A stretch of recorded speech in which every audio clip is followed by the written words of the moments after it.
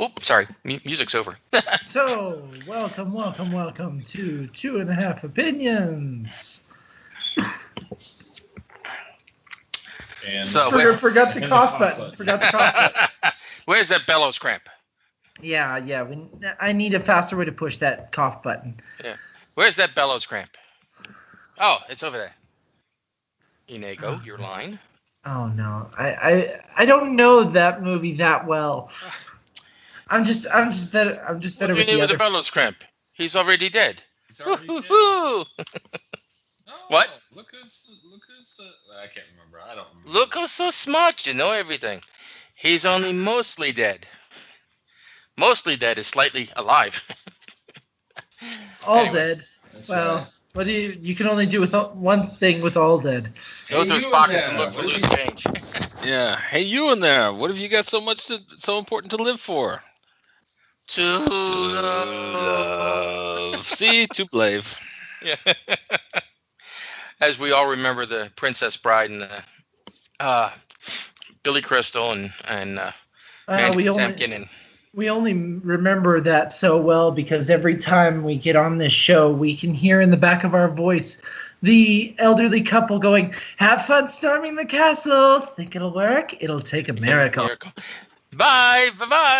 And that's exactly what they said to the Oklahoma State Cowboys when they came out on the field today. It'll take a miracle. Anyways, well, it's it's tied 38 right to now, 38 so I don't wanna hear it. halftime, and they're just now coming back out. And I am vexed. I'm sorely vexed. It vexes me to do the show or to watch OU beat OSU in the Bedlam game of the century. Yeah, well, I say pistols firing. Bing, bing, bing, bing. Go Pokes. And of course, Chris says, Booner. yeah. Anyway, aside from that, what do we do with this portion? I mean, there's several things, and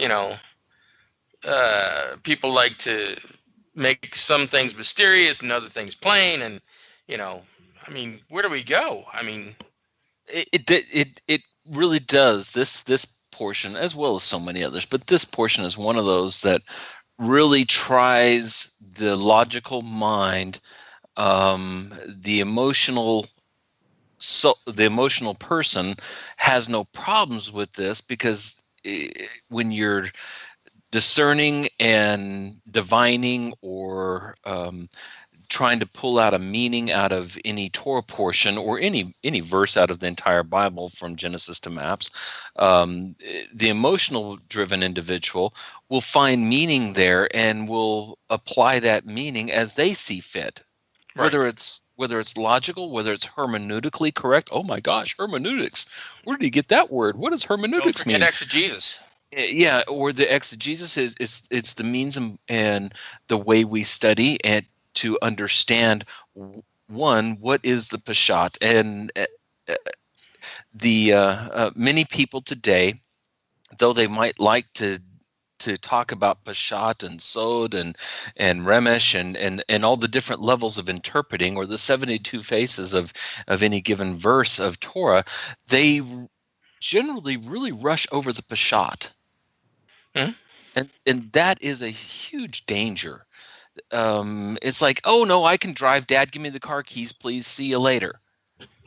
Son, let me show you. This car is not like a car you've ever driven before. And oh yeah, by the way, you haven't never driven before.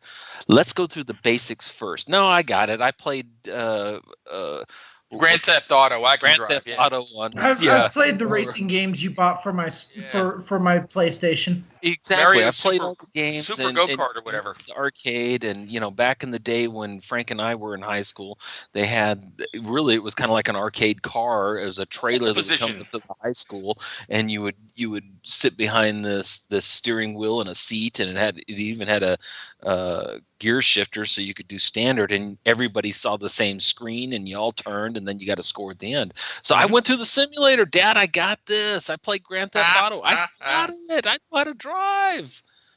Uh-huh. Besides Alone, that, by yourself on the road with no other obstructions and nobody else trying to ram you. besides that, Dad, I have studied the intent and the purpose behind the engineers in designing this car. I know its capabilities. I know where the envelope is, and I can go right up to that envelope. But son, you don't know the basics. And that's where we get a lot of times with modern day religion is, I don't need the basics. I know the intent. Or you get that classical answer from some groups, I've read the end of the book. I know who wins. So therefore, I can just drive down the road willy-nilly or at 190 miles an hour and not worry about the basics. Now, Let me ask you something. Sorry, Jesse, I didn't mean to interrupt you, but we are the only people who study the driver's manual, learn all of the signs, all of the commands, all of this, all of that, and as soon as we get our darn license, we throw the instruction book out the window and I'll pay no heed. It's because we know better. It's kind of like in this Torah portion, we're going to be faced with angels.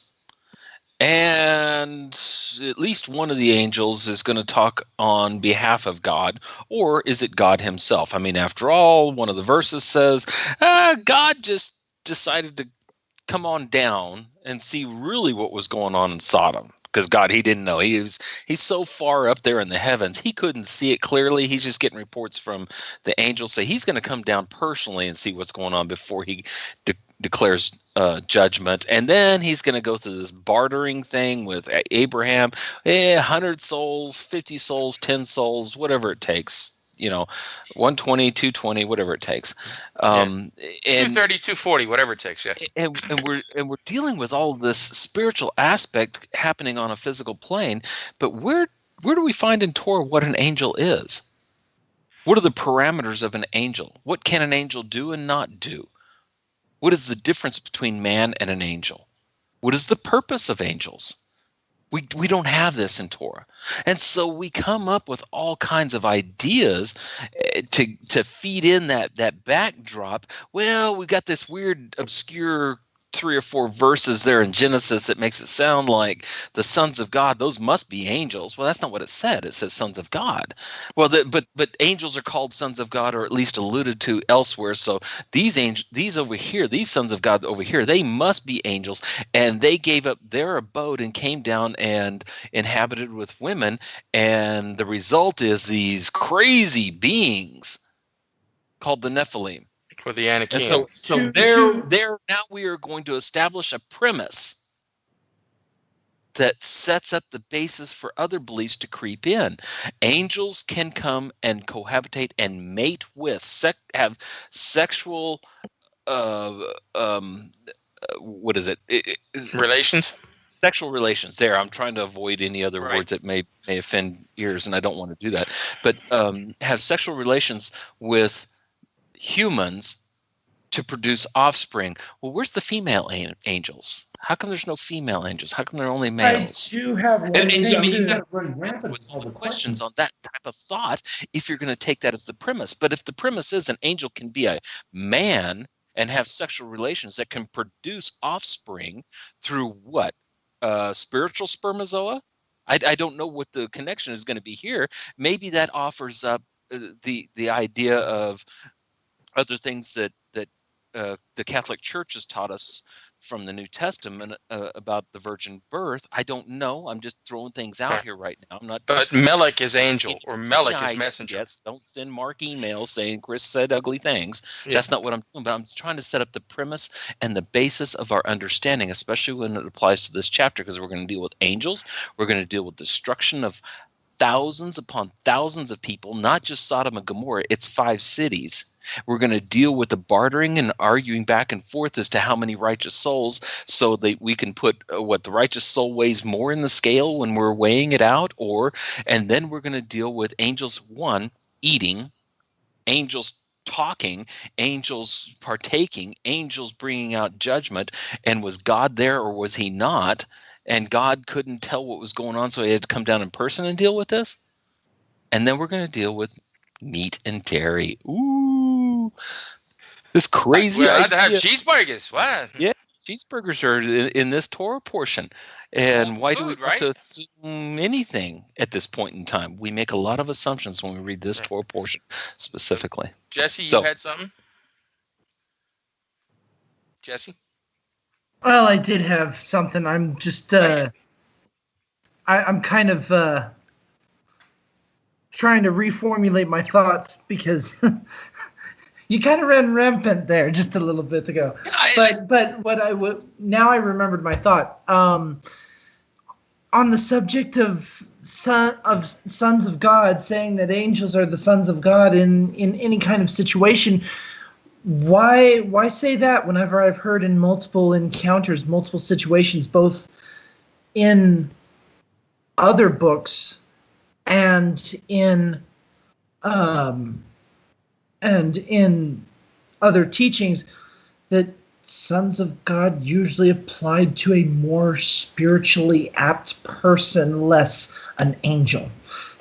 Because we're going to have it in Psalms, we're going to have it in the prophets that the B'nai Elohim is either an individual or all of Israel collectively. Right. Jacob sending messengers to Esau. Yeah, I mean we've got so much more evidence that B'nai Elohim is a physical person, not an angelic being. I didn't want to go crazy on Genesis chapters 1 through 6 because there is so much there that we always skip over because of Sukkot and Simchat Torah and things going on. But that always sets the premise and the basis for everything to follow. My point being all along is, what is the Peshat? Because this is a very spiritual Torah portion. What is the Peshat of it if we must understand the base, the ground rules, before we can start applying the allegorical, before we can start applying this is in this case, before we can start applying the mystical hidden sod level of, oh, so I can eat cheeseburgers now? Well, the basic meaning starts off with Avraham talking to God in the opening of his tent while he is, in the heat of the day, he's sitting down. He's taking care of his bandages for his circumcision. This is supposedly 3 days after the actual act. So in the beginning, it states God was talking with Avraham. So when Avraham sees 3 travelers, it's 3 travelers, not God in the 3 travelers. That's the basic. Well, technically, I would like to discuss that. But before we get to discussing that, let's at least give them a opening mentioning. Okay. What kind of section are we really going to focus on? Probably what sounds good? I'm hearing the first Aliyah. Yeah, I want to focus on the Sod section.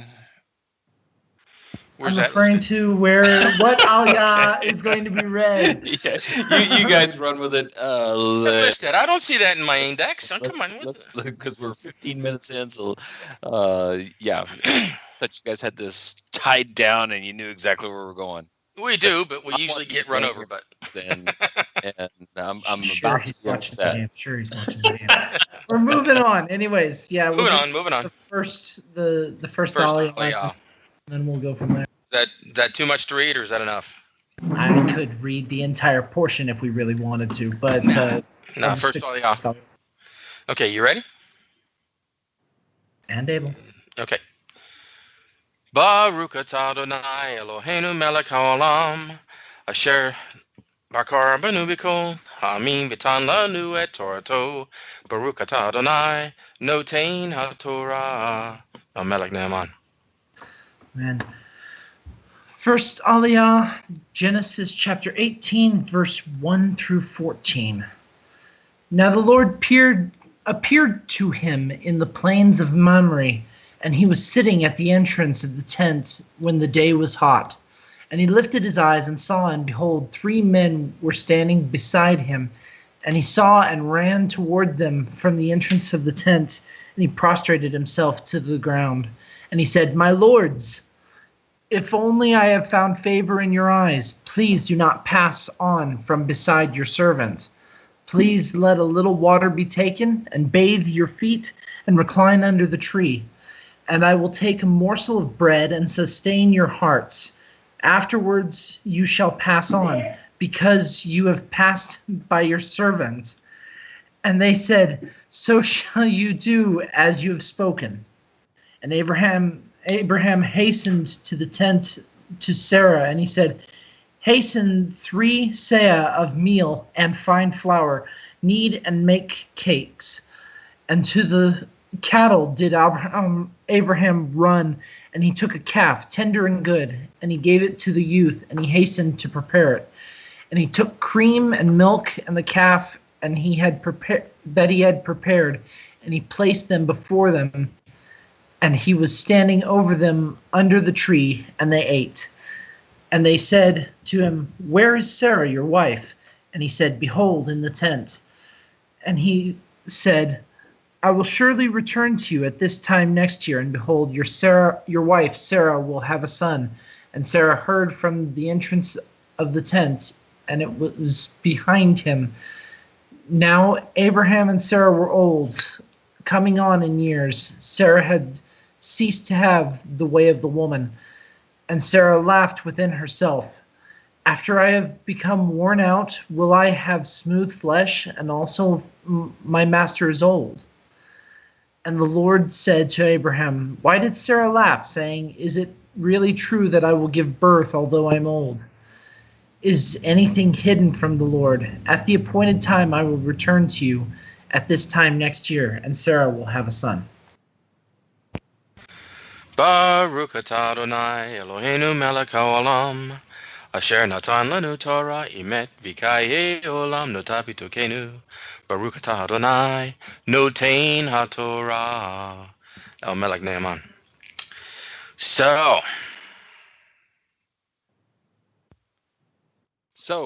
and all this happened on the 1 yard line of OSU. He's going to be bringing football back into this the entire time because it's Bedlam. Bear in mind, people. And it was at the appointed time. I mean, that last verse, come on, folks. There is so much in every single verse. I just told Jesse I could ask 10 questions of every single verse here. The appointed time, the Moedim, I will return to you. At the Moedim, I will return to you. What is the appointed time? Well, simple, Chris. 9 months later. 9 months later than what? Did he go into a year and have relations with her that night in order to bring this about? And Sarah laughed, saying, After I have become worn out, I will have smooth flesh. What does smooth flesh have to do with a baby? Women? All of you mothers out there that have given birth, where's the smooth flesh? I'm sorry. Okay. Is she talking about an expanded belly? Is she talking about stretch marks? I mean, come on. I'm serious. It's the glow. Don't you get it? It's the glow. Yeah, but I make light of this only because sometimes we want to immediately rush to some spiritual, mystical understanding and overlook the practical application of everything that's going on here. Right. And by smooth flesh means, from one of the commentaries, it doesn't appear dried out and wrinkled. It appears smooth, like it's full of hydration, like it's supple. And that's, that goes into the feeding of the baby and the baby being weaned. So in other words, Papa was being very, very facetious at the start of it all just to try and prove a point. No, that would never happen. That's exactly it. Why do we interpret it? Why do we insist on interpreting any one of these verses in the manner in which we interpret them? Especially since this is one of the many interpretations. Since you're going to go with that, this is one of the many interpretations that can be made. I mean, Chabad has interpreted it in this fashion because it fits Chabad's mindset, or at least that's the understanding I've been led. Okay, they've translated the words. Yes, they've translated. Yes, translated the words. Yes. Yes, that's what I'm wording at. They've translated the Hebrew to the English to fit whatever the situation is. And so if you're reading King James, and let us say that they are not twisting. They're not purposely twisting. What's actually, because I don't think anyone's purposely twisting when they are doing anything when it comes to the trying to bring translate understanding of the translation. Yes, I believe it's more of a situation of what a person sees between the Hebrew and the English. Right. Especially when it's an interception on the 5-yard line of OSU. Really? What does that got to do with Torah? Come on. I'm seeing him standing up every now and then while I'm talking, just going, yeah. We're gonna be swamped with this all night. Hey, okay, okay. I'm gonna say this. I'm gonna say this plainly. If Chris were an angel, he'd be the one who overthrew Sodom. Or Stillwater. Or Stillwater. Oh, give me a break. You knew that was coming. Yeah, I knew that was coming. Come on. So, all right. Okay. And for those that don't know, Oklahoma State University is in Stillwater, Oklahoma. So anyway, so back to the Torah portion. Where do you guys want to start with this? How do we want to go through with this? Because I know the sticking point, and it is every year, most people know that we separate meat and dairy in our house. And we have for many years. And it was a sticking point even between my wife and I when I decided to separate meat and dairy. She was totally against it. Okay. And for me, it was something that I was studying and trying to understand, because I adopted the common understanding of many teachers out there, that this is the proof text. What we read today is our proof text as to why the separation of meat and dairy that the crazy Jews do is wrong.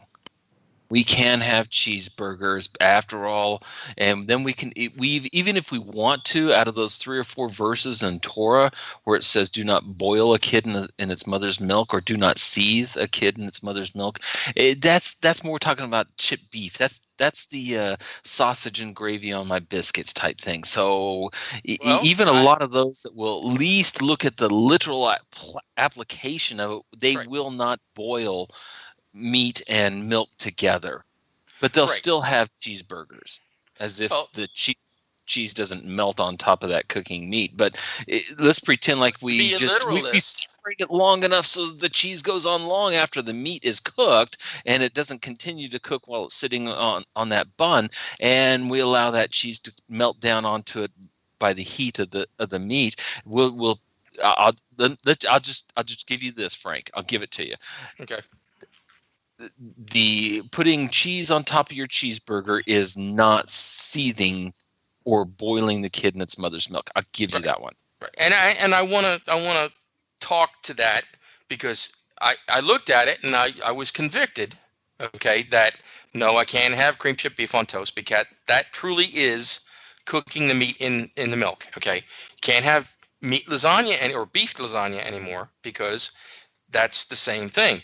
Can't have beef stroganoff. Okay, can't have biscuits and gravy if you've got some kind of sausage in there, other than something that's beef, not pork. But let me back you up just a second, because I understand where you're coming from, and I think I understand something more from where you came from. To leading you to this, because there's the teaching that you're not going to use something that's meant for life, right? The milk that only the mother can provide a newborn child. You're not going to use something that is meant for life in order to kill, right, or destroy, or to torture, torment, cause pain, or however you want to extend that. And so therefore, now that I understand, then I can have 1,000 wives and no, I'm not Solomon. now No, that I no. understand this, I can I'm have not going to multiply horses to myself either. Okay, so we agree that's not it. No. But you're coming from that premise that, okay, I understand I'm not going to use this even in, oh, wait a minute, the very human practical application of cooking food. That's a spiritual understanding that you're applying to a physical aspect, and you're agreeing that there is some type of correlation here. Yes. In other words, the spiritual teaching is, don't use what's meant for life to destroy life. Yes. Yes. The practical, very baseline level, this is the foundation that the house is built on, is I will not cook meat inside of dairy, because the spiritual application is, don't use something that is meant for mercy and for life in order to destroy and judge. Right. And this is all in the setting of God himself, which is total mercy and love coming down to find reason to destroy. Mm-hmm. Isn't that odd? Yes, it is very odd. But you and Jesse discuss. Yes. While Chris takes a break to look at the game, what the score is. Exactly. Hey, he's going to admire the football game some more. Right. In the first verse, now the Lord appeared to him in the plains of Mamre, and he was sitting at the entrance of the tent when the day was hot. Okay. Period. Kabod sees that as the Lord is already talking to Abraham. And he lifted his eyes and saw, and behold, I shouldn't say Kabod, Rashi, okay? The plain, basic meaning of the verse. That's what Rashi does. He doesn't do the esoteric spiritual stuff. He does the plain meaning of the verse. And he lifted his eyes and saw, and behold, 3 men were standing beside him. And he saw, and he ran toward them from the entrance of the tent, and he prostrated himself to the ground. Well, okay, look. If they're only standing beside him, why did he have to run to them? No, so Abraham was yelling at God because God is standing over there with these 3 individuals. No. So he's yelling at him across the way, or is he talking to him at the tent? He's talking to him at the tent, according to what the basic meaning is. So God's already, or I should say Abraham is already in the presence of God, because God is seeing how Abraham is doing. He's talking to him. Then he looks up and he sees 3 messengers, because after all, that's what a melech is, right? A messenger. Was that a correct translation? Correct. I'm with you. Okay. So, if they're standing beside him, why did he have to run to them? See, there's juxtaposition of what the words are saying, but what's actually meant. And what he says is, they were already standing beside him, but he got up and he ran toward them. Okay. That's 3 days after circumcision of an 80-plus-year-old man. Right. But it's all right. Right.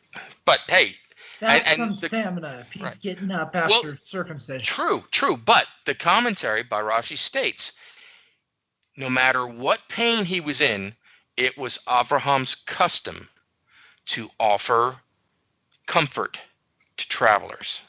I'm sorry, Frank. We're kind of busy today, and the kids have the flu, and I'm just not feeling up for it. So stay at home. Don't come over. Yeah. Okay. Oh, I'm sorry. I'm going back to how we actually treat each other, not how Abraham treated. Oh, now wait a second. I will say that Abraham's hospitality towards strange people seems to hinge very similar to what you have told me on multiple encounters when you were in Afghanistan, how the Afghanis would treat people, even enemies, if hospitality was a possibility. Yeah, their view was slightly twisted, but it was a similar mindset in hospitality.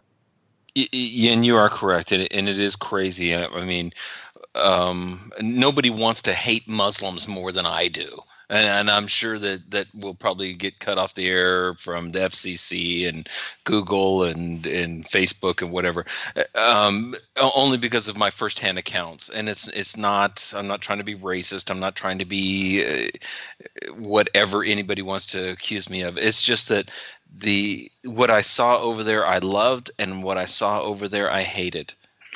And this point is of order, Dean Wormer. Muslim is not a race; it's a religion. Yeah, but I'm just saying that throughout the Middle East and the places that I've been within the Muslim culture, especially the older, the more established, less modern, more Eastern Muslim culture, everything that I experienced, I loved and I hated at the same time. It was very difficult because exactly what Jesse said. They went out of their way, and a village, and when I'm talking about a village, I'm talking about 5 or 6 families commingled together in what we called culottes, and anybody that's been over there might understand. You've got a walled off area and a lot of houses that are co-joined, and it was just very interesting that they don't have 3 changes of clothing. Only the men have shoes, and there's one bed in every house, and only the man gets to sleep on that bed. Everybody else sleeps on the ground. So they've got leishmaniasis. They've only got so much food. There's no closet. I remember the first time going through and searching one of these culottes and turning to my NCO as I'm surrounded by Afghan National Army. I was an embedded trainer at the time. And I said, David, do you notice that they have no closets, no chest of drawers? And he looks at me and he laughs and he says, "Hey, idiot, sir." He puts the sir behind that, of course, because he's an NCO and I'm an officer. And he says, "Well, of course, sir. They don't have anything to have a closet for." Right. I said, "That's my point." Yeah. Now that leads to other things when you're discovering weapons and such. But the point is, they got nothing. Right. But yet when we come into their village, all the elders rush out, as Abraham does here. They rush out to greet us. They sit us down. They bring us tea. They bring us what bread they have from the village sources. And they bring out cream. Cream is a delicacy in some of these areas. And they bring out sugar. Sugar is a delicacy. Now, of course, their cream and sugar is nothing like American cream and sugar or Western cream and sugar, but nonetheless. And we're eating bread. We're breaking but it's the bread, best that they have. breaking. And and I look around and I go, oh my gosh, this happened time and time again. This is the most that this village can give us, is the very basics of life. And they're rushing out to do so. And they guarantee our protection for the whole time we're there, even though they hate us and they side with our enemies.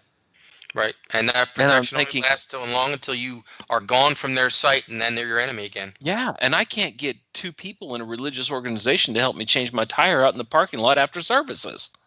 I mean, I wasn't there. No, and I'm not saying that ever happened. I'm just bringing up certain things of, gee, we can't do it on the Sabbath or on Sunday, much less on a Monday. Good Lord, it's Monday afternoon. I just got home from work. It's a Monday, and you want me to come over and help you with something? You want me to actually come over and listen to you gripe? You want me to come? You want me to listen on the phone as you're discussing certain things that are meaningful to you in your heart? Sorry, I'm not Abraham. But we should be. We don't look for that opportunity to run to be a servant of someone else. Right. And the thing is that I've heard stories in the Middle East that if you're being pursued and you run up to somebody's tent, you grab a hold of the tent peg and you ask for mercy. The person who's in the tent, the owner of the tent, grants you mercy and protects you, even if those coming after you are his neighbors and sons, and they say that you have, inadvertently or whatever, killed somebody, and that, they're seeking justice. He will protect you. Yeah, it's called Pashtu Wali, and Right. There's all kinds of circumstances and legal things and quid pro quos about all of that. But yeah, you got Right. to say the right words in the right way, and Right. et cetera, et cetera. But nonetheless, there is that aspect there which is fascinating, and Right. it really does blow my mind. So whenever I read this Torah portion, and I see that the Muslim countries, as backwards as some of those that I've been in, they call what their actions are the hospitality of Abraham. Right. And wow, what do we call it? Right. Well, So I'm he's Torah observant, so you're going to do it this way. And well, that's not the hospitality of Abraham. Well, Right. I'm Torah observant, so did you do this, or did you do it? I mean, is your tzitzit this long or this color? Are you wearing a kippah or not? Or and we can come off on so many other applications of this that really want you to vomit it out of your mouth and saying you know nothing of Abraham. right. So And besides, Abraham didn't wear a kippah. well, he covered his head, but nonetheless, I'm not going off on that one.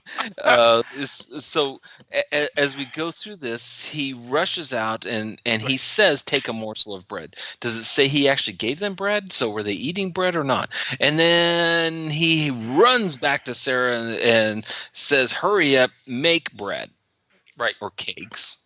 So what was the bread that he gave him, or did he not give him bread? It looks like he gave him water, and then Abraham runs off to the herd, and he takes a calf that was presumably a year old, is tender and it's good and it's young and etc.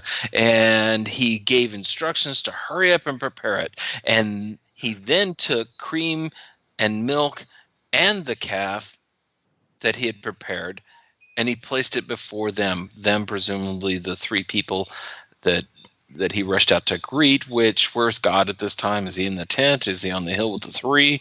God never left. Yes, God was everywhere at all times, and they said to him, "Where's Sarah, your wife?" What? Well, hold on. You're How do you jumping know ahead. Oh, okay. You're jumping ahead now. First off, okay. And he said, "My lords, if only I have found favor in your eyes, please do not pass on from beside your servant. Please let a little water be taken, and bathe your feet, and recline under the tree. And I will take a morsel of bread to" what? "Sustain your hearts. Afterwards you shall pass on, because you have passed by your servant." And they said, God, "So shall you do as you have spoken." What? What's the matter? What? Oh, is my mic hot? I'm sorry. Go ahead. Oh, if you scored again? Yay! No. So the thing is, in his words in verse 5, he is promoting this idea, his ideal, I should say, of hospitality.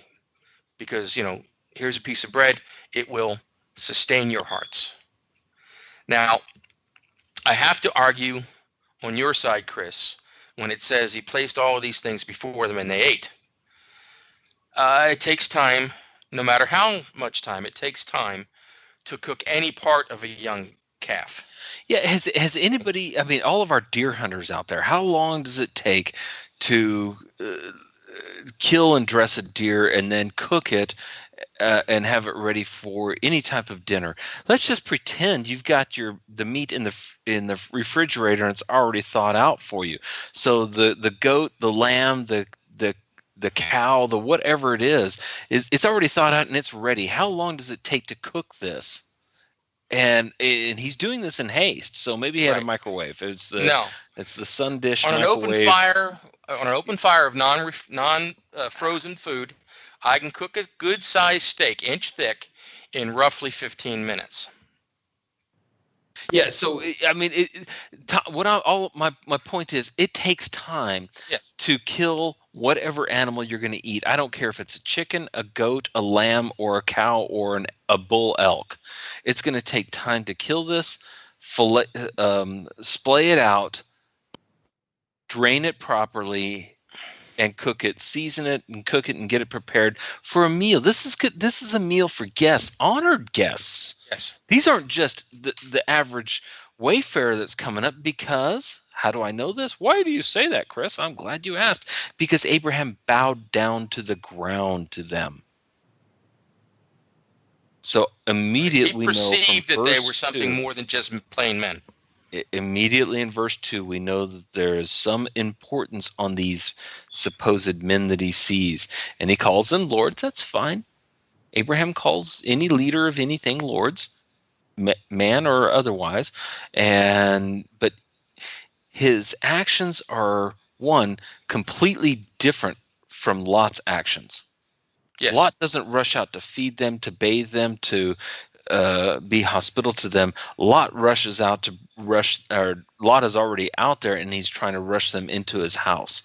But he does bow himself down to the ground when he greets them. So he at least has learned from, and he knows something from Abraham. Right. And then, but like you said, and he took the cream and the milk and the calf which he had prepared, and he placed them before them, and he was standing over them, and they ate. Yep. So part of hospitality. Part of hospitality. So are we to assume that Abraham still thinks that these are physical men? Does Abraham know that they're angels? And it goes on and on and on. Why would an angel eat? Why does an angel need to eat meat or vegetation of any kind? Can an angel eat meat or vegetation? Again, how the is it commentary possible that a says that spiritual being can consume anything physical? Right. Well, how about we focus? Oh, go ahead. No, go. No, Jesse, you've been quiet over there texting and. Well, I've been trying to keep up with our chat room because Losgren is blowing up the Lamb radio. Tell Losgren to call the show. Call in, because this is a great topic. The whole Torah portion, let alone this first Aliyah, is so filled with so many things, and I can't stress it enough. It is, what is your premise to think that an angel can actually be physical? And that's where I was about to go with this. Is if on the simple view of just looking at it at face value, someone would randomly pose, why would someone would possibly pose someone would possibly pose, is it too hard for God to not make them physical? Now, that's on a side note. No, that's immaterial. That's irrelevant. But yes. What's relevant is it's 48 to 38 OU, but that's a different thing. Okay. When we're talking about the Torah portion, the Torah portion is clearly stating that. Yeah, that's where we're going with this. Is it this. impossible for God to do this? No, it's not possible. But if God did it this way, you have to ask why. What was the necessity of it? Because God does not do something by happenstance. Exactly. That's kind of the reason why I posed this statement. How about it would be done because that would allow them to receive Abraham's gift? Ooh, there's a deep topic there. It'll take us off our topic. I know. I don't want to. Anyways, yeah. It'll take us off our topic, but well, first off, at some point I need to find the phone number because I'm still receiving more messages. Hey, Papa, please take a look at Lamb Radio and help me out here. But the mindset that I would run with is focus primarily on the Chabad's translation for verse 5 of chapter 18, and that might give us a clue behind the whole preparing a meal for these angels, if they are angels. And that is, and I'll start with verse 4. Please let a little water be taken, and bathe your feet, and recline under the tree, and I will take a morsel of bread and sustain your hearts. The focus is, sure, he may be doing the meat, the bread, the dairy, everything, but the focus is primarily on his hospitality in the best way that he knows how to, because he knows, I'm pretty sure he knows 10 times more about these angelic beings and God than we would ever learn. But he is doing what he can to provide his nature, his hospitality. That is the mindset. The phone number is in the message. Did you get it? And the point of what you were saying there, I think one of the focal issues is that Abraham is focusing on the heart. Now, this is not necessarily a physical aspect like an angel actually has a heart, or when we speak of the heart of man, we're not talking about his actual beating heart unless we're talking about physiology. So we're talking about let this satiate the purpose of your being here. And that's an interesting point because, again, what we're going to find out, the purpose of these three individuals being here is for judgment and to promise Abraham of future. So there's a duplicity here. These angels are here for both life and death. Yes. And within this aspect of life and death, we're going to have Abraham giving God a cheeseburger. Well, it doesn't say it was God that he fed. It said it was the three men.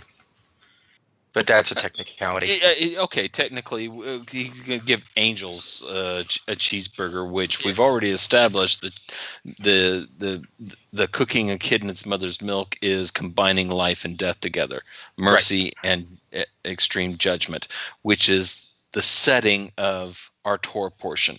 Yes. Mercy and extreme judgment. God, will you show your aspect of mercy, though judgment is required and demanded? Will you show mercy on even those that deserve death because of the righteousness of 10 individuals?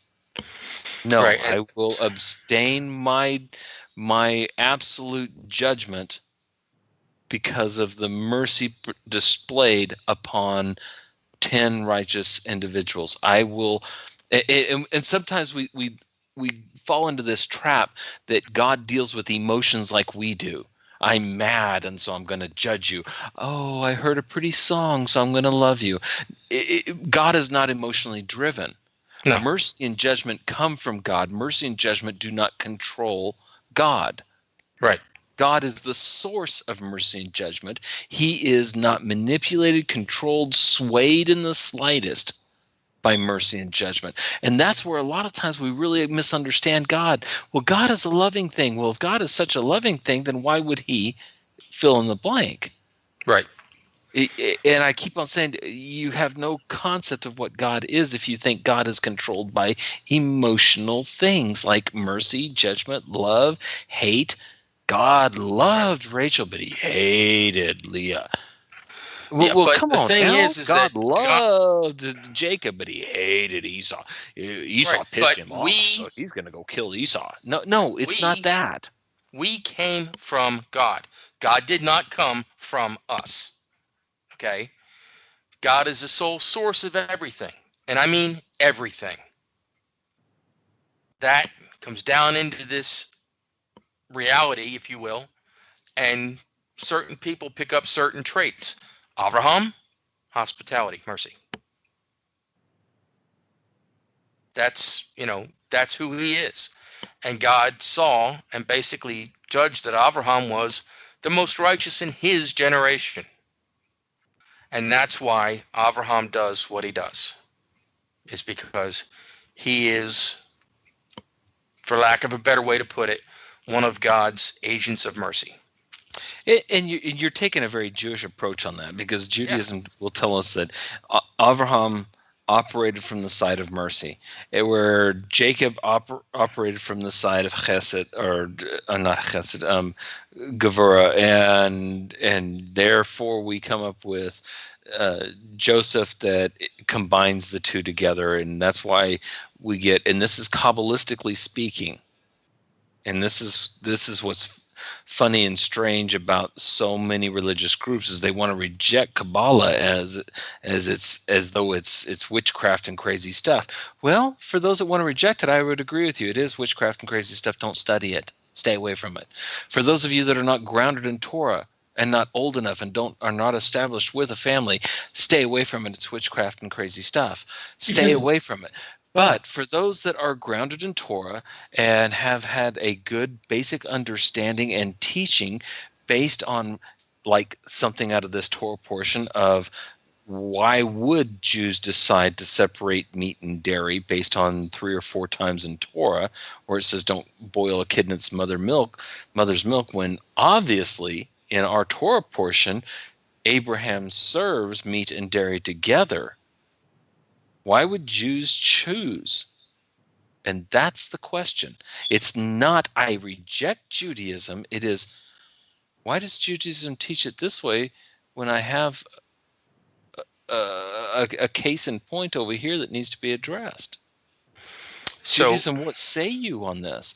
What say you? It appears as though in Hebrew and in English that Abraham served meat and dairy together to these group of angelic beings. And I think I'd like to just jump ahead and say that we've established that Abraham understood these were angelic beings. These were not the common man, the common traveler.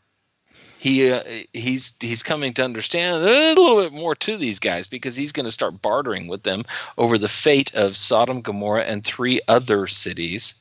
Not just Sodom and Gomorrah, it's 5 cities. On a side note, so many people do wrap up on the whole subject of it being Sodom and Gomorrah. Can you please, since you are talking about dealing with the Peshat, the simple stuff, can you please for 2 seconds turn to where you see that it is 5 cities, so that people understand where you're going with it? Oh, wow! Because we never do that. Sodom, Gomorrah, Zeboim, Admah, and Zoar. Not Zohar, Zoar. Those are the 5 cities. Yes, and that's established in last week's Torah portion, and will be established in next week's Torah portion when we get Lot's daughters that think the end of the world has come. That's this one. Is it this Torah portion? I'm sorry. I apologize. It's near the end. But it goes on that there's 5 cities that are destroyed in the aspect of this, and the whole point of the beginning of this, and specifically with Sodom and Gomorrah and the pillar of salt, and why we call certain sexual acts as sodomy, and et cetera, comes because the chief city, the city that it would be like in Oklahoma, there's a constant argument, which city is the greatest city? Is it Oklahoma City or is it Tulsa? And so you've got Tulsa and Oklahoma City and the 5 cities around that. Yeah. What are the next more prominent influential cities in Oklahoma outside of Oklahoma City and Tulsa, or wherever you live? We look at California. For those that are not living in California, never been there, you think of Los Angeles, San Francisco, and chilling in the sun down a little bit further south, San Diego. Oh yeah, but what about Sacramento? Yeah, well, Sacramento. Okay, which is the capital of California? It's Sacramento. And what about Eureka? What about Ojai? Because after all, CCR, Creedence Clearwater Revival, sang a song about Ojai. Stuck in Ojai again. And then we got Bakersfield, which is like very important to Okies, because during the Dust Bowl age, we all left Oklahoma and went to Bakersfield because there was crops there. And what I'm getting to is the prominent cities in this region were Sodom and Gomorrah, and the other cities followed suit. Right, and it is said that Sodom and Gomorrah were on the main rock or main bedrock, and the other towns were linked to it in whatever way. And it is said that the angels the angel singular who brought down fire and brimstone basically overturned the city. In other words, it was as if he had picked the rock up with the fire and brimstone and flipped it over, and everything was laid waste. And turn it upside down. And by the way, Lot and Abraham agree that this area of these 5 cities, with the heart, the gemstone of the 5 cities being Sodom and Gomorrah, is like the Garden of God, the Garden of Eden, because there's a river that feeds this valley, and the earth gives itself up freely. And modern day Sodom and Gomorrah is in the area of the Dead Sea. So yeah, God did turn it upside down. So anyway, so let's get back to Jesse. You want to read the number for calling? Oh, yeah, we can nail that real quick. It's for those who still need the one to answer, it's 1-828-919-9100, and that is a direct call to Skype. Keep that in mind. But yes, it is 1-828-919-9100, and it will connect you directly to Skype. I don't know if it'll cost, but it might count as a long distance call. But it'll still help those who call us, because apparently hearing what other people think would help turn the way we discuss things. If we have input, we can get to the questions people need. It makes it easier and faster. Lamb chat works pretty well, but it makes it easier and faster through the calls. But back to the portion. What are we talking about? What are we talking about? We're talking What's about... the point? What's the point? Is that what you're asking? Yeah, what's the point? What's the point? Okay. I'm going to jump in here. What's the point? What do we want our listeners to walk away with? Cheeseburgers are good. Sodom is bad. Lot is okay. Abraham good. Sarah, why is she laughing over here? What's the point of all that laughter? Is this a bad thing or is it a good thing? But I can read it without the biasness, and I say, "Ooh, she's actually happy." Forgive me for joking around here briefly, but because you started doing that, and Russia is always bad. China is still bad, but not as bad as it used to be. Exactly. Yeah. Okay. So where do we want to go? What is the main point, Frank, that we want to drive home?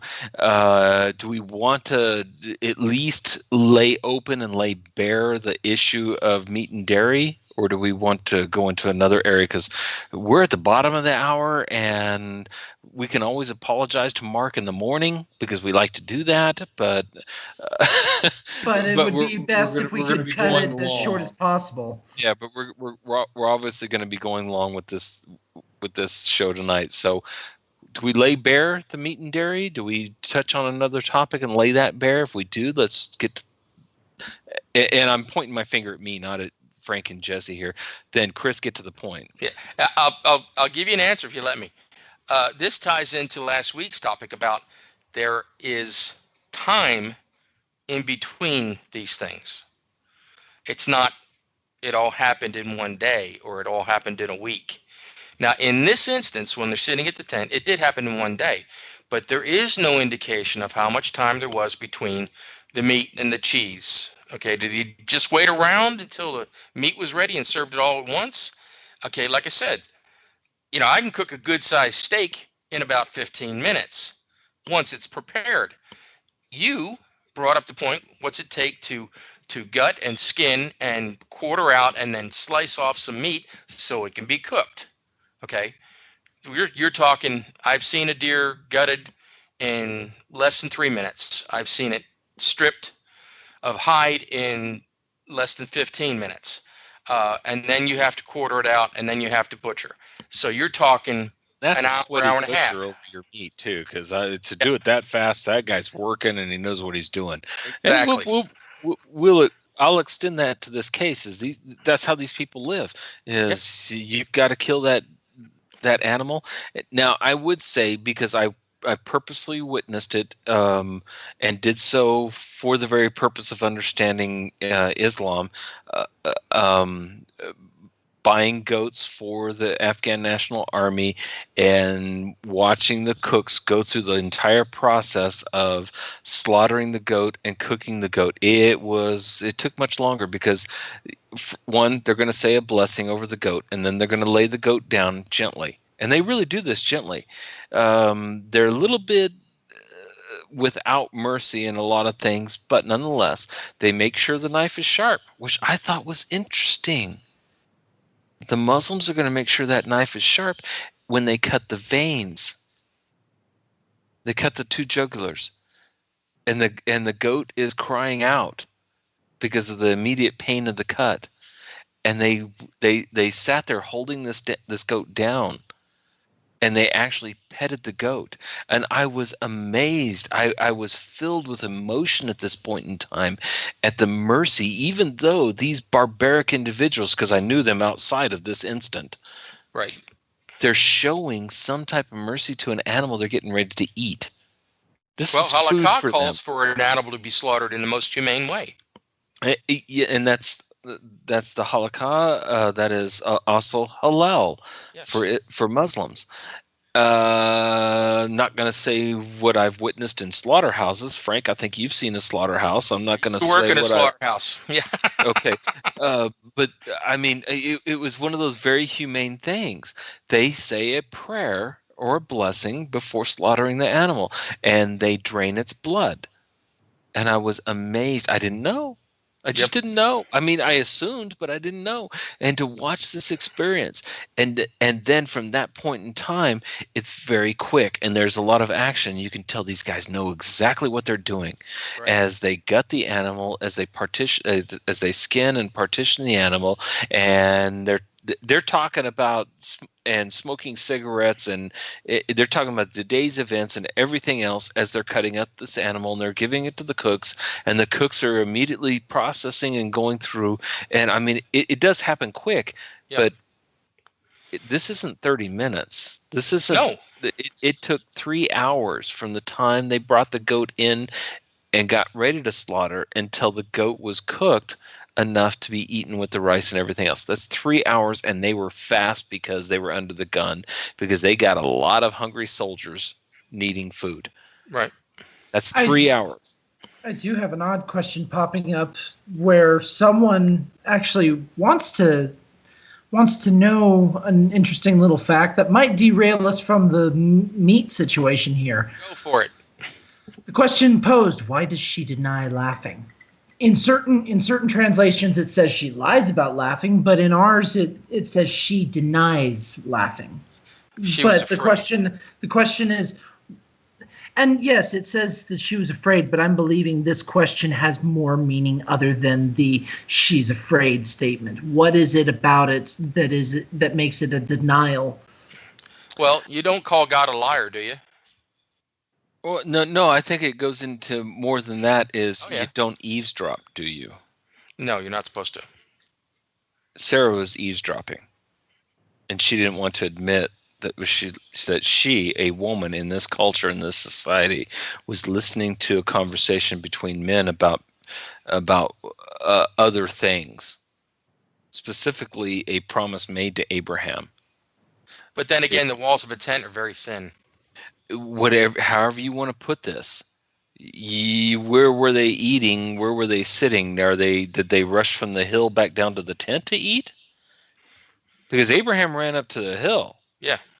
Where was Sarah? I mean, it just goes on to different things. So Judaism has tackled this question, and they've tackled it from at least 3 different perspectives. And one of them deals with, well, what is the laughter and what's implied with the laughter? And because of the way the laughter is brought out here, predominantly Judaism agrees that Sarah was mocking in her laughter. Really? You think I'm going to have a child? I'm going to be young and beautiful again? And kind of sarcastic question? It's almost sarcastically. But then another side of Judaism says, oh no, she's actually accepting this as divine intervention. This is going to be a miraculous birth. It is impossible for Sarah to have a child. By the way, we're going to have another female that's going to come up very quickly, that it's impossible for this female to have a child as well. And that's going to be Sarah's daughter-in-law. She's too young. Sarah is too old. She's at one end of the scale. She's past menopause. It's impossible for this woman to have a child. Then we're going to go to Rivka. It's impossible because she's too young. She's not even had her first menstrual cycle yet. It's impossible for her to have a child, and she does. And both of these happen through divine intervention. And then we're going to have a third that's going to rely on Isaiah 53 only in one place in the whole New Testament. With Matthew, it's going to rely on something that is totally obscure and misses the point completely, but nonetheless, we'll go with it because our audience agrees with it. And then we're going to have one where the woman is of age to have a child. She's of childbearing age, whereas Sarah's beyond that. Rivka is below that. Miriam in the New Testament is of childbearing age, but she's admitting she still has never had intercourse. And then there's going to be a twisting of the word. I'm not going to take a side on this argument of Isaiah 53 with what the virgin means there in Greek or Hebrew or anything. I don't think we got enough time to go there, but yeah, it's just the point that we see a divine intervention with Sarah. We see a divine intervention with Rivka. Is Sarah laughing with joy, or is she mocking that this is impossible? I would say out that at the appointed time she will have a child, and she does end up naming the child on this account, not on the account of the birth of the child, but on this intervention right here where she laughed. Was this a laughter of scorn? Was this a laughter of contention? Was this a laughter of, ha, you got to be kidding me, you so stupid, angels, you? It was all three at one time. Or, since she's naming her child laughter, is she laughing because she believed it? Is she laughing saying, how is this possible? And the question, why did Sarah laugh? Why was Sarah listening? That's the hidden question behind it. This delves into a different aspect of Torah, and that's why sometimes I keep on going back to it. What's our premise? What's our premise of discovering what Torah is really trying to tell us? I would like to take the approach that Sarah's laughing with joy. Oops, she got caught eavesdropping on someone else's conversation. And so therefore she's going to deny it because, honestly, I'm not trying to be sexist here, but women, when they're caught, will immediately deny, even though them being caught means nothing. It's stupid. It's immaterial. Did you place the cup over there? No, I didn't. Well, yeah, I saw you do it, and it got knocked off. No, I didn't place it there. Your son did it. The wasn't me. Did it. Somebody else did it. And it really does. It comes from that childhood, that emotional side that men love about women. Oh, you mean that cute phase? Yes, but it's one of those things where it's immaterial. Why would you lie about this? I didn't want you to be mad at me. Yeah, I'm not blaming you that the cup got broken. And yet I would slightly challenge it currently. But women jump 3 levels ahead of men, and this is where men are stupid. Because women are always 3 levels ahead of men in anything, and that's why they're going to deny it, because they're thinking that you're thinking, that he's thinking, that they're thinking, that you're thinking, that they thought. And that's a woman's mind, is because all of the boxes are open in a woman's mind, whereas a man can only open one box at a time. And this is the troublesome. And I find that funny and intriguing and delightfully pleasing that this Torah portion can bring this out. But no one ever teaches it from that level. No one ever looks at it as, yeah, Sarah denied it, but did she deny that she laughed? She did, technically. In a court of law, you could say that. But that wasn't the reason why she denied it, because she named her son. Notice in Torah, there's only one place in Torah where the man comes up and says, no, I'm going to change the name. Notice in Torah, the woman... was Benjamin. Exactly, Benjamin. Only in that instance does the man come up and say, no, I'm going to name this child this. In all other places in Torah, the woman names the child. She's naming the child laughter. Either she learned something from this instance, or she saw that Isaac was the fruition and the fulfillment of a promise that was given before this instance. Right, but God did tell Abraham, "You will name the child Isaac." God specifically said but that it's to in this Abraham. Torah portion. It Yes. wasn't before this. Well- The point is the child was promised Yes. before this. What I'm getting to is that Sarah is smarter and wiser than what a lot of us ever want to give her credit for. Actually, that's what the commentaries say. Yeah. They say that she was more prominent in prophecy than Abraham. Now, Yes. that's something to say. Yes, absolutely. Yeah, In this so- racist, bigoted way of So Judaism, Messianics, and Christianity, because that's what the modern world wants to claim us as. So, Jesse, go. so to temporarily continue to try and expound on what you're saying there,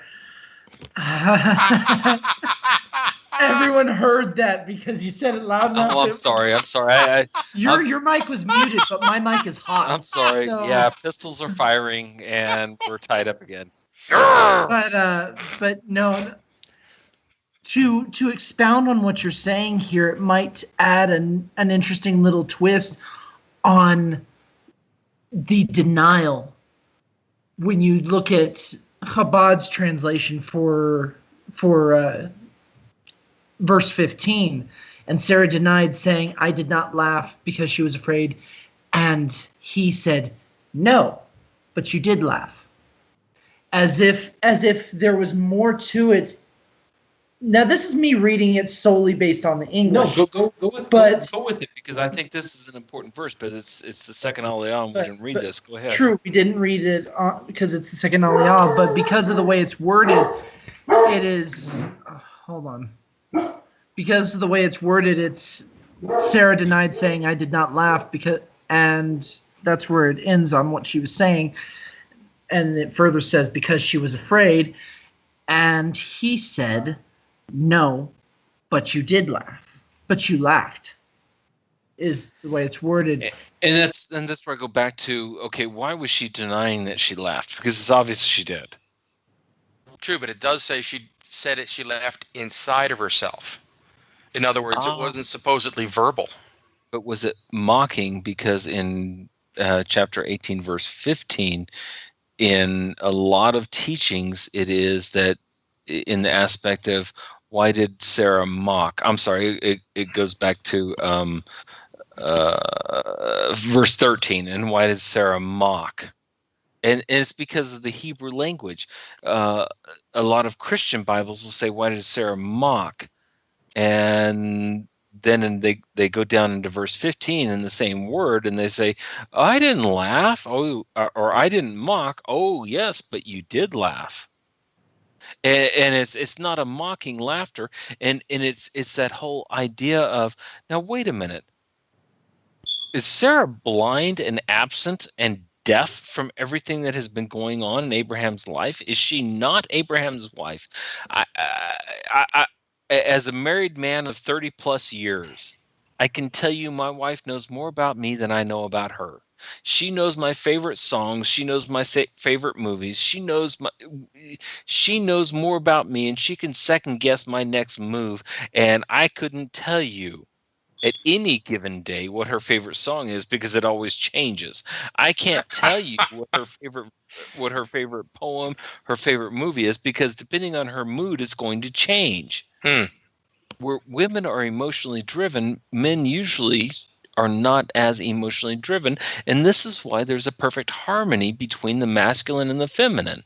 And we see in Abraham and Sarah, as we should have seen if we would have picked up on it, the same thing with Adam and Eve, this perfect harmony of There's a symmetry logic, between the two.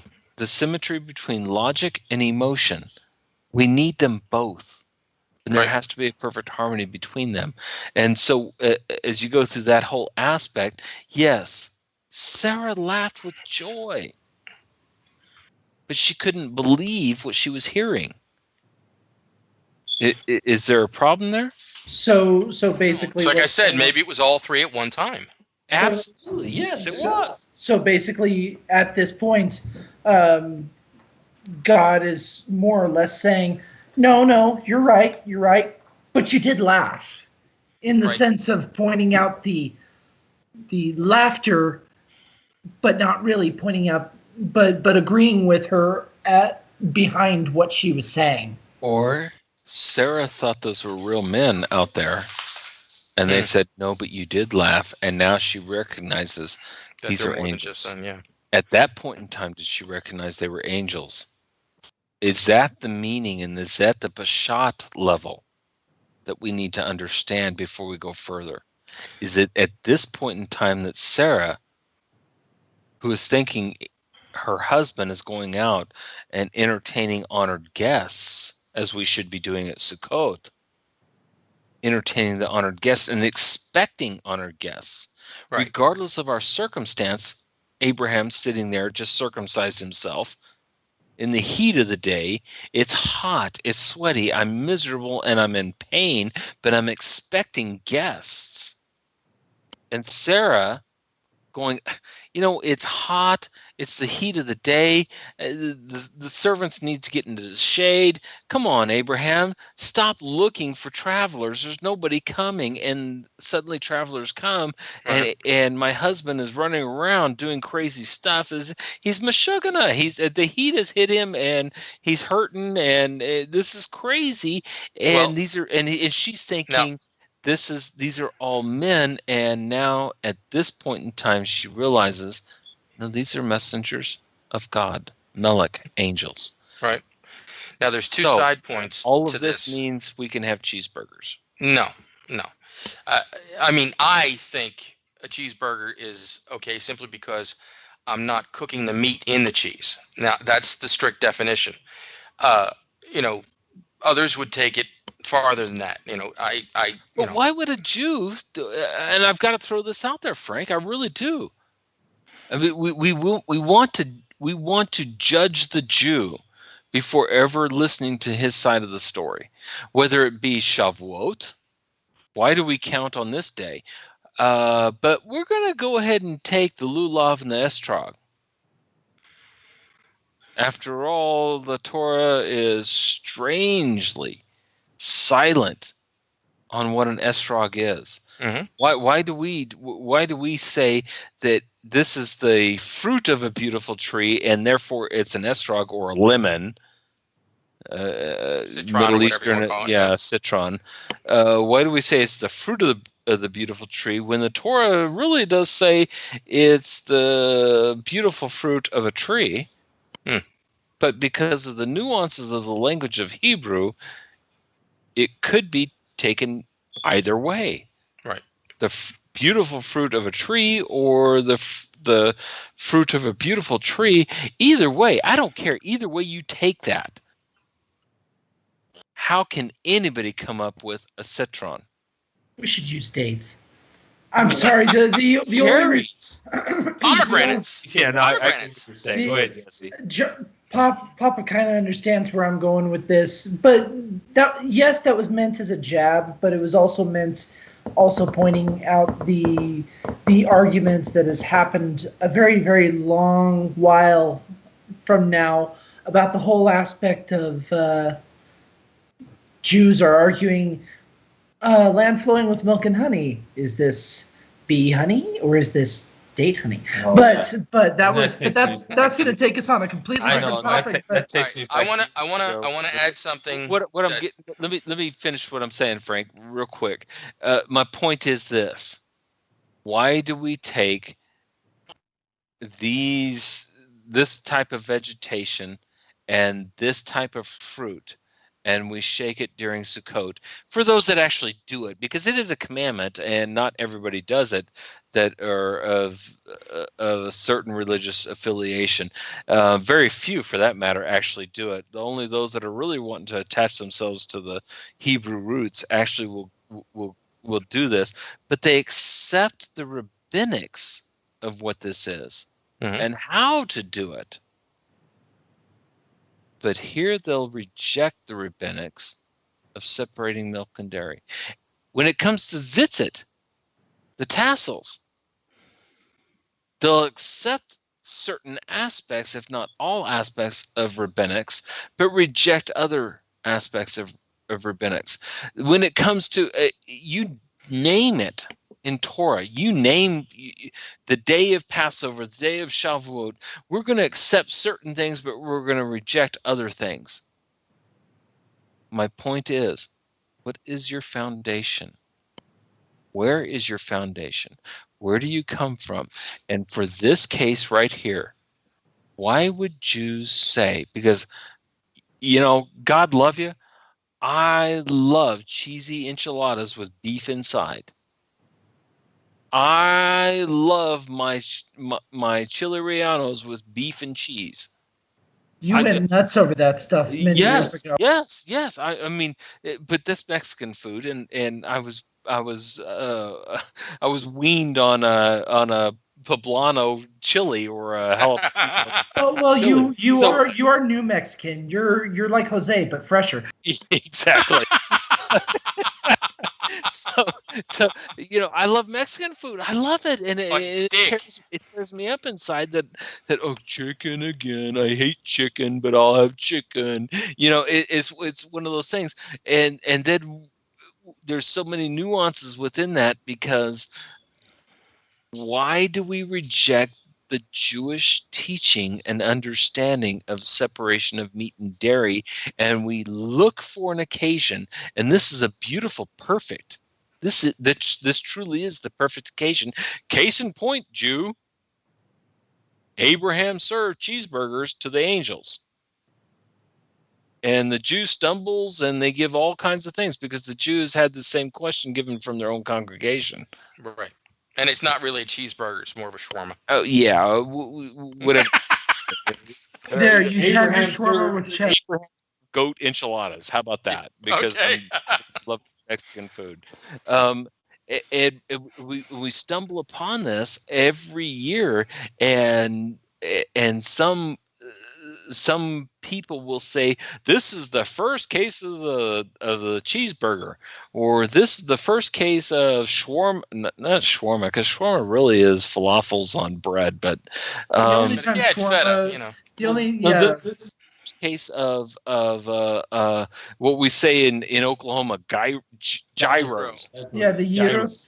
Yeah, gyro is what it is in Greek, but gyros in Oklahoma. So we get lamb and goat mixed together, and we shave it off, and we're going to put feta cheese on top of this, as well as a nice creamy cucumber sauce. I love it. It's delicious. Where's the nice Chianti and the fava beans? Exactly. And so we want to rush back to this as our case in point. Our proof text, yes. This is our proof text. Abraham gave the angels meat and dairy together, you filthy Jew. Why would you twist God's Torah? Why would you come up with man-imposed laws? Oh, wait a minute. The funny thing is, too. We never asked that question, did we? We just made the accusation. We didn't ask it to actually ask it for the purpose of understanding. Rabbi, what's the difference here of what Abraham did and the rabbinical ruling of no meat and dairy and your time frame in between? Right, because they're angels. But we never asked it for understanding. We asked it in accusation. Yes. That's the difference of a student of Torah and an outsider or alien and foreigner imposing their purpose on something that was not given to them. So I would like to add a couple of things. Oh, go ahead, Jesse. No. Go ahead. You've been trying to jump in here quite frequently while Papa's been talking. Yeah, well, I don't even know the score to the game, so but no. The later on in the portion, it talks about Sarah having Isaac. The commentary around that is that princesses of other lands would come with their suckling child and have them suckle from Sarah, because the accusation was, Even if it's not spoken of out loud, the accusation was, oh, well, this is really just a child she found in the street and called it hers. But when the children, the new children that these princesses bought actually were nourished by Sarah, it became proof that at this advanced age, this woman actually had a child because she started lactating again and they were nourished. So that's one of the things. It's the not really a sidebar, but it's a commentary, and you can't get that unless you go to the other texts other than Torah. And I'm going to take the anti-Jewish role on this one and say, yeah, that's cool, but the Muslims are going to say Sarah was raped by Abimelech, and so that's why Eid in Islam is celebrated over Ishmael, not over Isaac. Right, and because Ishmael truly is the promised child, and it didn't come through Sarah. And then you Jews, you filthy, dirty, lying, money-grubbing Jews, you just want to take occasion and say that Sarah something happened.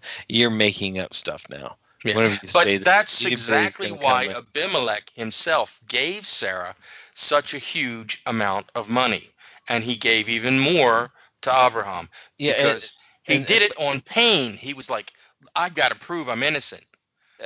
And he proved he was innocent in my eyes. Yeah, and that's just going to take us away from our topic tonight. Right. So what was it? What's the deal going on here with the meat and dairy?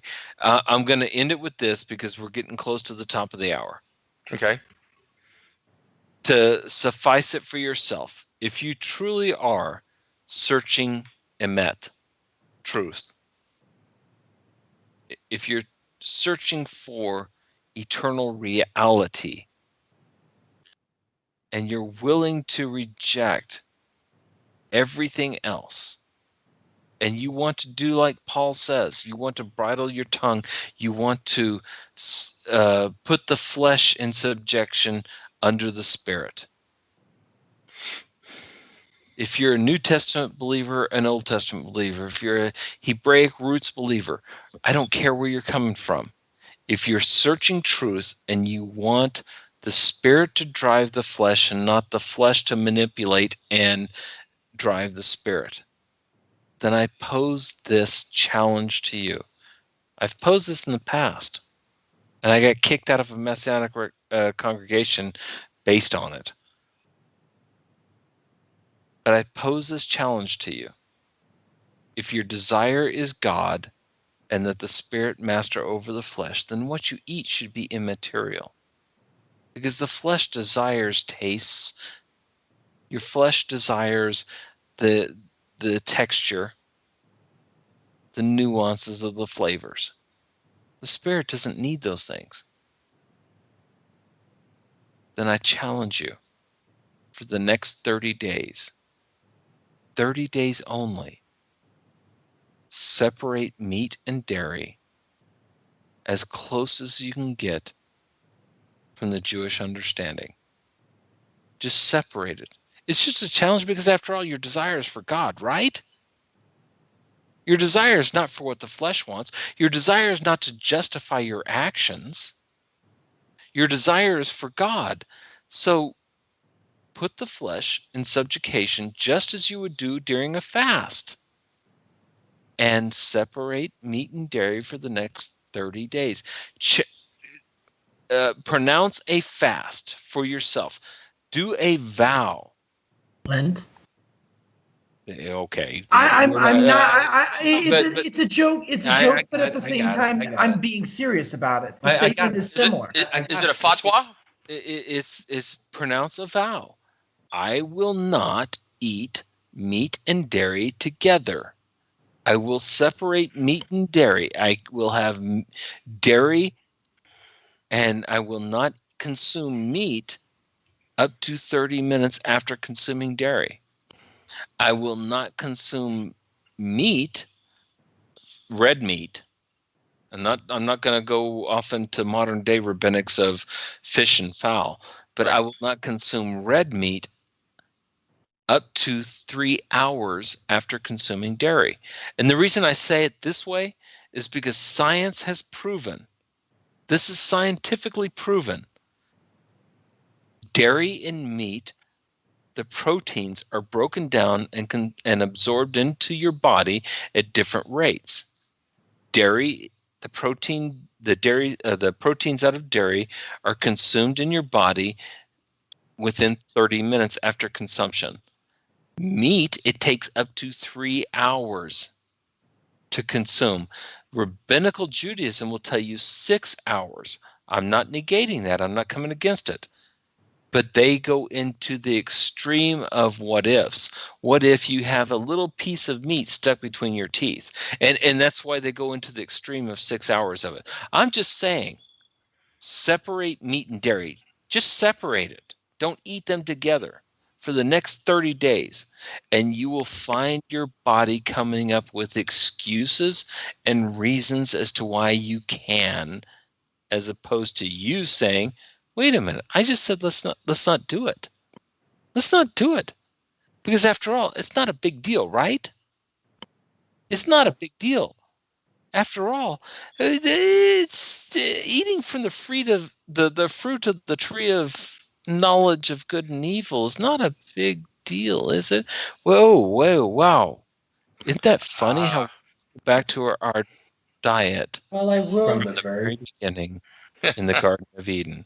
Well, I will quickly add something before we call it, because it is 7 o'clock, so we need to start calling it. But Right.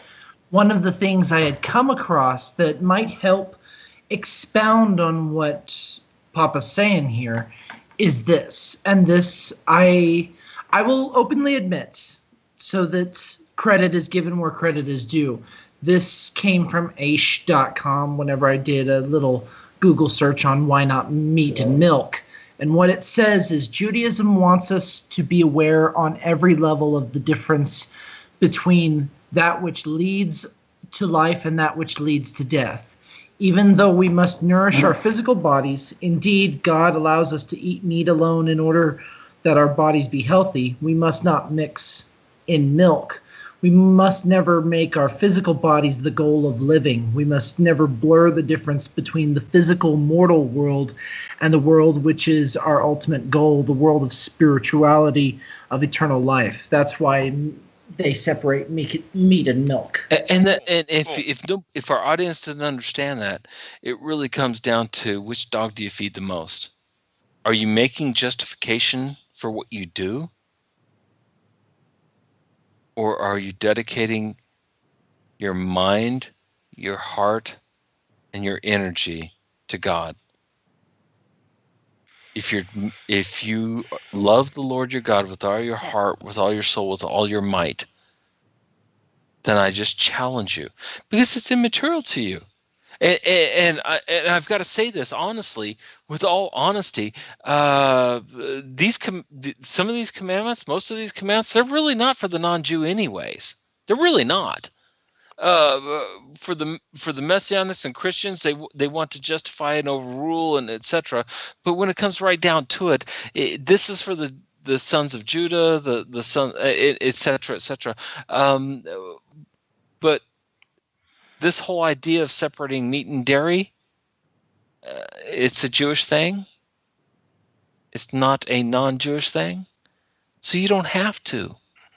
So there's no judgment coming from me. There's no condemnation coming from me, whether you do or whether you don't. Don't go and tell a Jew that he that he can eat a Reuben and he's okay with it. But if you want to eat a Reuben, I have no qualms. I got no issues with it. Now, Paul, that New Testament Jew, would come up and say, if it offends your brother, don't do it.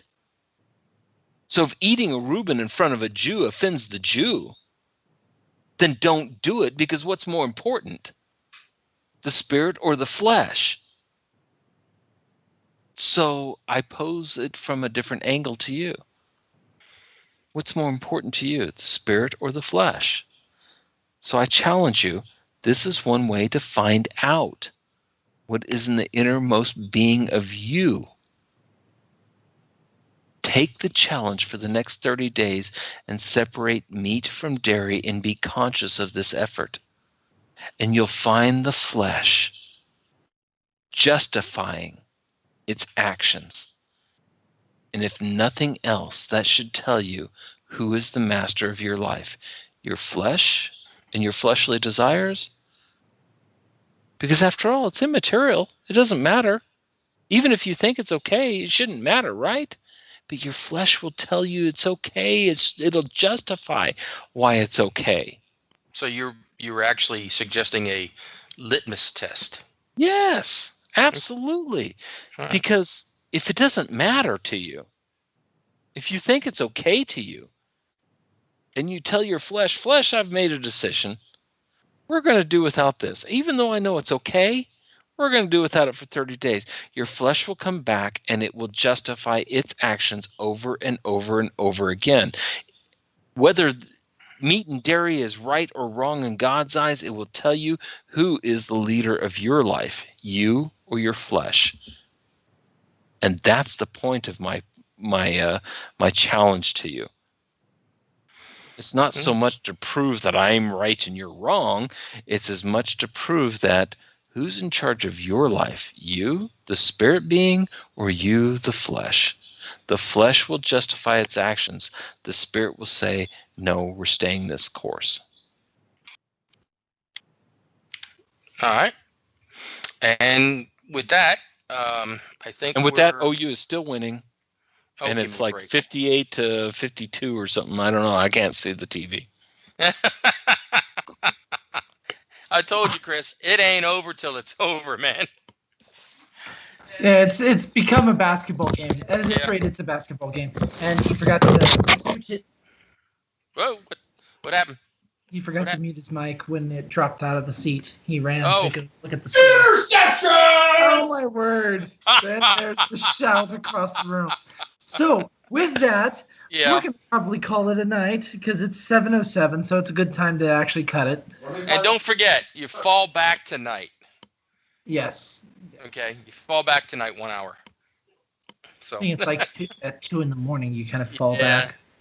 Yeah. But with that,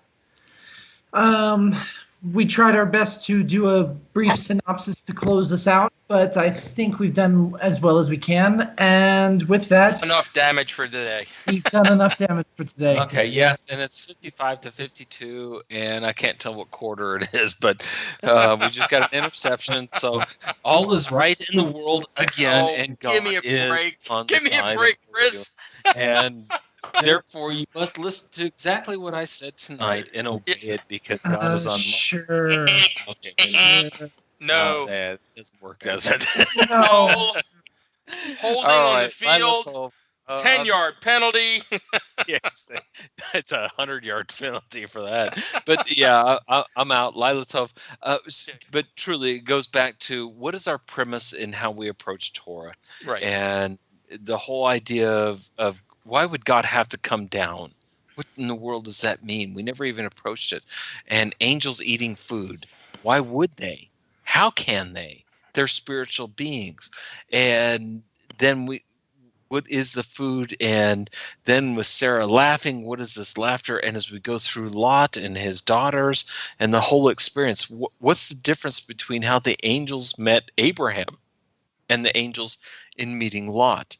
So you're saying basically that there's just a bunch of questions you have to look for. There are a bunch of questions, but we have to slow down. Yeah, we really do. We have to slow down and recognize our own bias. I'm not saying your bias is wrong. I'm not saying your bias is wrong. Is correct. Right. You need to recognize it as you're studying Torah. Don't treat the Torah portion as a speed bump and okay, the car felt different that time. Why? It's not a speed bump. It needs to be looked at in depth as much as you can. I can't tell you how many times I've heard over my life of teaching, whether at a congregation, at home settings, or whatever. Oh yeah, I heard that before. Oh yeah, you did? And how did it apply to you? I'm not looking for affirmation that what I'm saying is correct as much as what did you do with that information? Right. Okay, yeah, you heard it before, and what did you do with it? I gave you 2 pennies, and what did you do? Oh, I hit him in the ground. Okay. Give me my 2 pennies back, because I'm going to give them to somebody that did something with it. Right. So anyway, that's it for 2.5 opinions. We've actually ended up with like 7 opinions, I think. Anyway, Shavua Tov, Laila Tov. We love you. We'll see you next week. And Jesse, last words. Last words. We've kind of covered all of that. So this is 2.5 opinions. I'm Yishai. I'm Frank. And I'm Shepherd Book. Oh, we're back to Shepherd Book again. Okay. Okay. And I am going to go watch the rest of the Sooners game and probably pour a glass of scotch. You're going to need it. Bye-bye.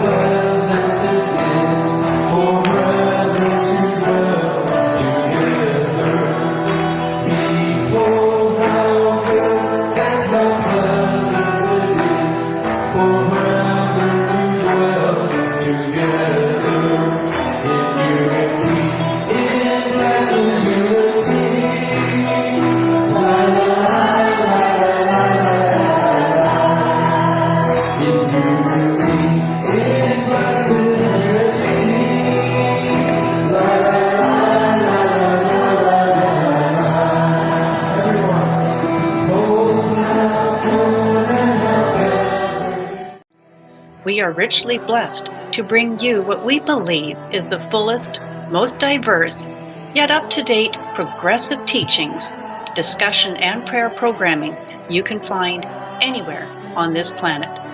Be sure to take the tour of the MessianicLambRadio.com website. I'm Susan Hoogie, thanking you for joining us on the Messianic Lamb Video Network.